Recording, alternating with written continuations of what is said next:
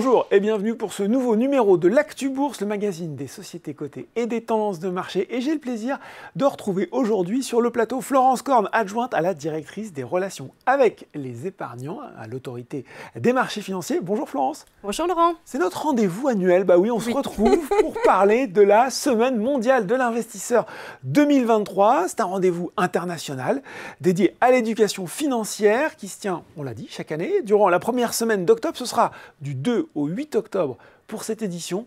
Et là aussi, j'ai envie, traditionnellement, on aime bien rappeler à quoi correspond, quels sont un petit peu les objectifs de cet événement, Florence. Alors, la World Investor Week, ou Semaine mondiale de l'investisseur en français, voilà, nous avons notre traduction. Elle a été lancée en 2017, déjà, par l'OICV. Donc, l'OICV, c'est l'Organisation internationale des marchés financiers, des régulateurs, pardon, des marchés financiers, dont l'AMF est membre. Et donc, cette semaine a pour objectif de diffuser des messages pour améliorer l'éducation des investisseurs et notamment leur permettre de mieux comprendre les concepts clés liés à l'investissement, mais aussi de protéger les investisseurs et notamment d'éviter les arnaques. Et puis, l'autre objectif, c'était de créer de nouvelles opportunités d'information et d'éducation des investisseurs à l'occasion de cette semaine. Alors, l'an dernier, c'était déjà la 6e édition. Elle a réuni plus de 90 millions d'investisseurs particuliers dans le monde et dans plus de 100 pays également. Donc une initiative qui est largement diffusée. Oui. Et donc chaque année, on a des messages clés et des communications pour les réseaux sociaux qui sont élaborés donc, au niveau de cette organisation, mais pour ensuite être déclinés dans chaque pays sur les 6 continents.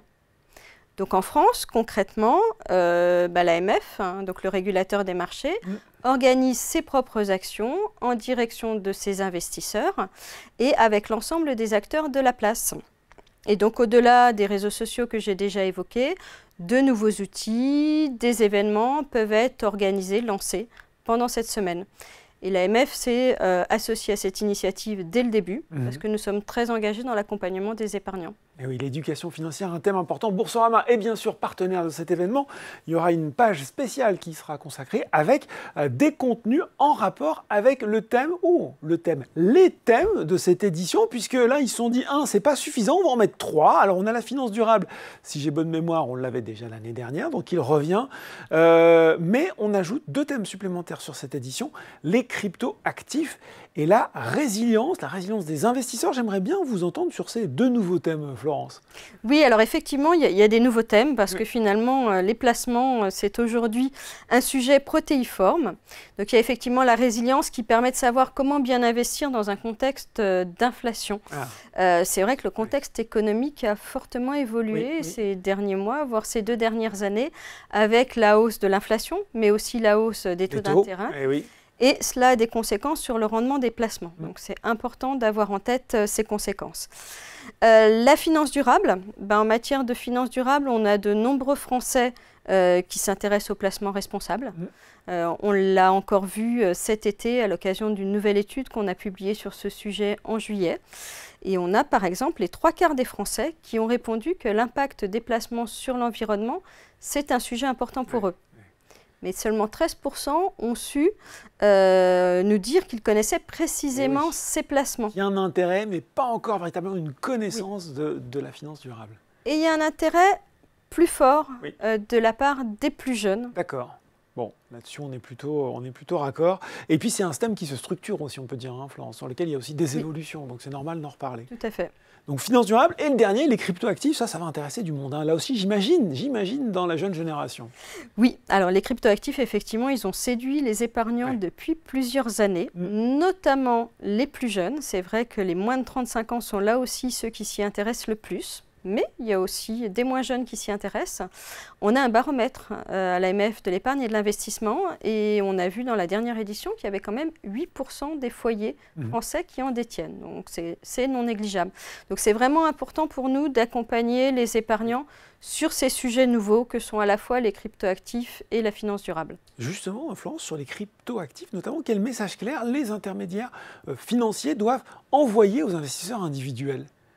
Alors, comme toujours, les messages à indiquer, c'est une communication qui se doit d'être claire, exacte et non trompeuse. Et notamment, une communication équilibrée et y compris de communiquer sur les risques. Les risques sur les oui, cryptos, oui.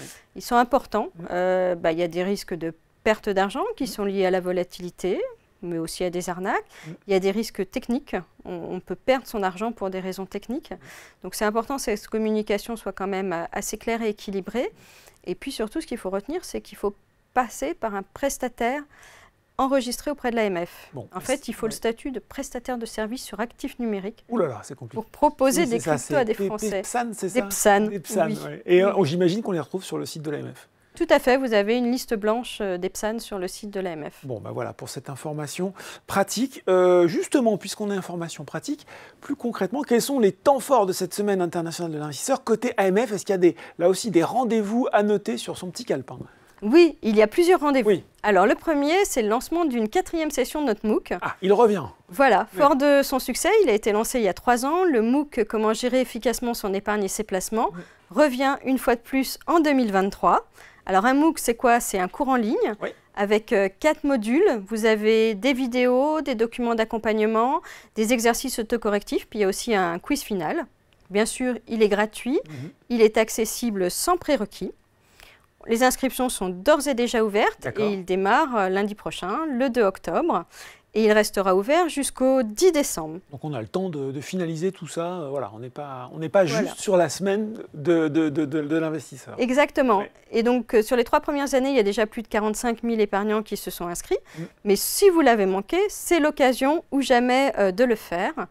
Il va reprendre les bases du vocabulaire financier, les notions clés liées à l'épargne et à l'investissement.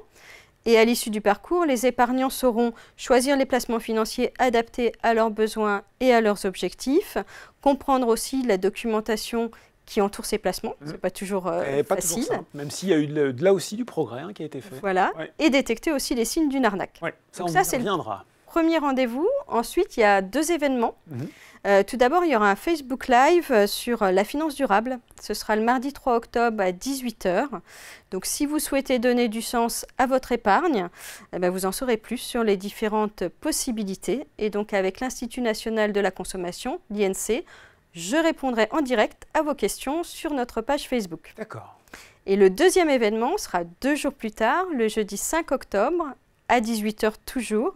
Il y aura un webinaire sur le trading.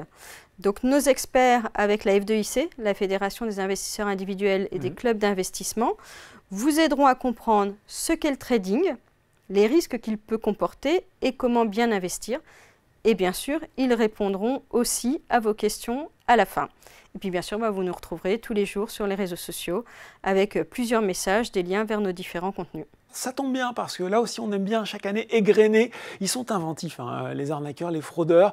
C'est aussi l'occasion de rappeler peut-être des conseils de base aux investisseurs et puis de les alerter sur les tendances. J'hésite à employer ce terme, mais en même temps il est bien réel, du moment sur les arnaques, Florence. Oui, alors les arnaques au placement, Laurent, malheureusement, elles sont toujours très présentes, malgré toutes les actions qui peuvent être menées, très présentes sur Internet, sur les réseaux sociaux. Il faut donc, en tant qu'épargnant, être constamment vigilant. Elles peuvent porter, on parlait des cryptoactifs, ça peut être aussi le forex, l'or, ou encore des placements plus atypiques comme le vin, les montres ou les truffes. Ah, la truffe. Voilà. Récemment, on a vu des propositions d'investissement en truffe. Eh ben oui. Donc, il faut être prudent.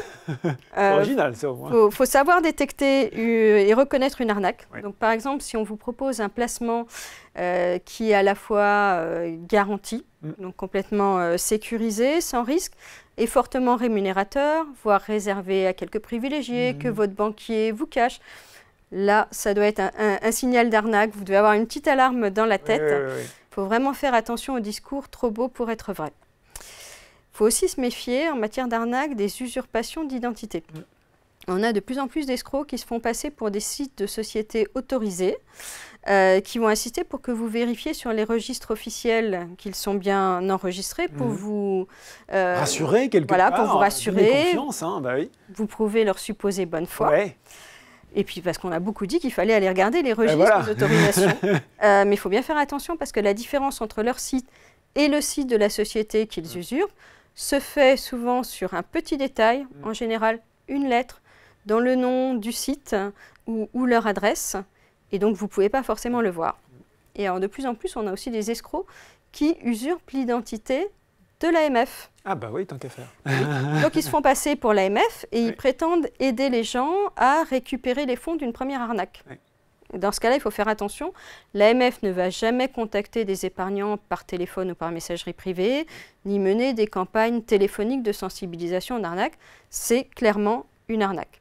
Quand on a un doute comme ça, c'est quoi le plus simple? C'est peut-être de raccrocher, de mettre fin à la conversation et de rappeler le vrai site officiel pour être sûr que justement on n'est pas en train de se faire mener en bateau? Oui, déjà, il vaut mieux raccrocher. Voilà, ça c'est peut-être Prendre le premier temps de bon réflexe. réfléchir, Oui. faire effectivement des vérifications, même si ça peut être subtil. Oui.